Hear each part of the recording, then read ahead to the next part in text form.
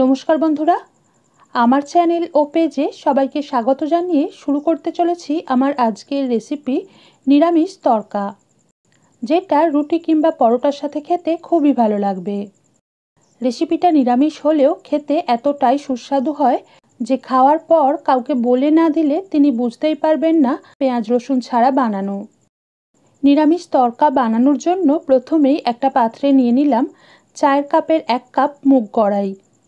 এর মধ্যে ওই কাপেরই 4 ভাগের 1 ভাগ বা 1/4 কাপ ছোলার ডাল দিয়ে ডালগুলোকে ভালোভাবে কয়েকবার জল পাল্টে পাল্টে ধুয়ে নিয়ে পরিমাণ মতো প্লেন জলে 3 থেকে 4 ঘন্টা ভিজিয়ে রাখবো। আপনারা এই ডালগুলোকে কমপক্ষে 30 মিনিট থেকে 1 ঘন্টা পর্যন্ত ভিজিয়ে রেখেও এই রেসিপি বানাতে পারেন। সেক্ষেত্রে সিদ্ধ করার সময়টা একটু বেশি লাগবে। তড়কা বানানোর জন্য সবসময় যতটা মুগ কড়াই নেবেন তার 4 ভাগের 1 ভাগ ছোলার ডাল দিলেই স্বাদটা বেশি ভালো হবে। 4 ঘন্টা পর ডাল ফুলে একটু নরম হয়ে এলে জল ঝরিয়ে একটা প্রেসার কুকারে ঢেলে নিলাম। এর মধ্যে পরিমাণ মতো নুন, 1/2 চামচ কাশ্মীরি লঙ্কা গুঁড়ো, 1/4 চামচ হলুদ গুঁড়ো, 2টো কাঁচা লঙ্কা, 1/2 চামচ 3 থেকে 4 ঘন্টা আগে অল্প জলে ভিজিয়ে নরম করে গুলে রাখা হিং আর পরিমাণ মতো জল মিশিয়ে কুকারের ঢাকনা বন্ধ করে হাই ফ্লেমে 2টো সিটি দিয়ে সিদ্ধ করে নেব। আর 2টো সিটি কমপ্লিট হয়ে গেলেই গ্যাস বন্ধ করে কুকারের প্রেসার আপনা আপনি বেরোলে তবেই ঢাকনাটা খুলতে হবে।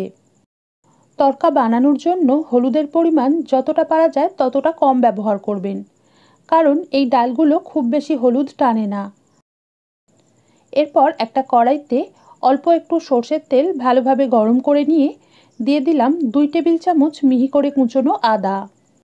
আদাটাকে 30 সেকেন্ড মতো মিডিয়ামের থেকেও কম আঁচে ভেজে নেওয়ার পর দিয়ে দিলাম একটা মাঝারি মাপের টমেটো কুচি এবং স্বাদ অনুযায়ী কাঁচা লঙ্কা কুচি।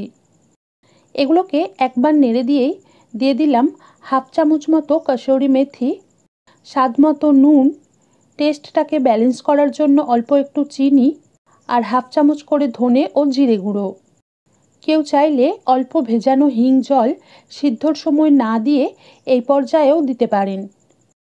সব উপকরণ মিশিয়ে টমেটোর টুকরোগুলো নরম হয়ে মশলার সাইড থেকে তেল আলাদা হয়ে আসা পর্যন্ত কষে নেব। এই পর্যায়ে প্রয়োজন হলে আপনারা অল্প একটু জলও মিশিয়ে নিতে পারেন। কিছুক্ষণ কষে নেওয়ার পর এখন আপনারা দেখতেই পাচ্ছেন যে টমেটোর টুকরোগুলো অনেকটাই নরম হয়ে এসেছে এবং মশলার সাইড থেকেও তেল আলাদা হতে শুরু করে দিয়েছে। এবার এতে দিয়ে দিলাম 75 গ্রাম মতো এরকম একটু ছোট টুকরো করে ভেঙে রাখা পনির। এগুলোকেও মশলার সাথে 1 মিনিট মতো ভেজে নিয়েই এর মধ্যে সিদ্ধ ডালটা ঢেলে মশলার সাথে ভালোভাবে মিশিয়ে নেব। ডালগুলোকে মশলার সাথে 4 থেকে 5 মিনিট ফুটিয়ে নেওয়ার পর স্বাদটা চেখে দেখে প্রয়োজন হলে অ্যাডজাস্ট করে নিতে হবে। তারপর 1/2 চামচ গরম মশলা গুঁড়ো, অল্প ধনেপাতা কুচি, 1 চামচ শুকনো খোলায় হালকা ভেজে 2 হাতের তালুতে করে এইভাবে গুঁড়ো করা কসুরি মেথি আর 1/2 চামচ গাওয়া ঘি মিশিয়ে 10 থেকে 15 সেকেন্ড মতো ফুটিয়ে নেব। তারপর গ্যাস বন্ধ করে দেব। এদিকে একটা হাতার মধ্যে আমি অল্প একটু বাটার গলিয়ে হালকা গরম করে নেব। এবার গ্যাস বন্ধ করে 1 চিমটে কাশ্মীরি লঙ্কা গুঁড়ো দিয়ে কয়েক সেকেন্ড নেড়ে নেব। এই পর্যায়ে কাশ্মীরি লঙ্কা গুঁড়ো দেওয়ার সময় খেয়াল রাখতে হবে বাটারটা যেন খুব বেশি গরম না থাকে, তাহলে কিন্তু লঙ্কা গুঁড়োটা দেওয়ার সাথে সাথেই একদম পুড়ে যাবে এবং রেসিপির স্বাদটাও বিগড়ে যাবে। এরপর মিশ্রণটা তড়কার মধ্যে ঢেলে একটু মিশিয়ে নেব। এবার এটাকে কিছুক্ষণ ঢেকে রেখে নামিয়ে নিলেই আজকের রেসিপি পরিবেশনের জন্য তৈরি হয়ে যাবে। অল্প করে বাটার ও গাওয়া ঘি দুটো মিশিয়েই যদি তড়কা বানানো হয় তাহলে তড়কার স্বাদ ও ফ্লেভার দুটোই খুব ভালো আসে।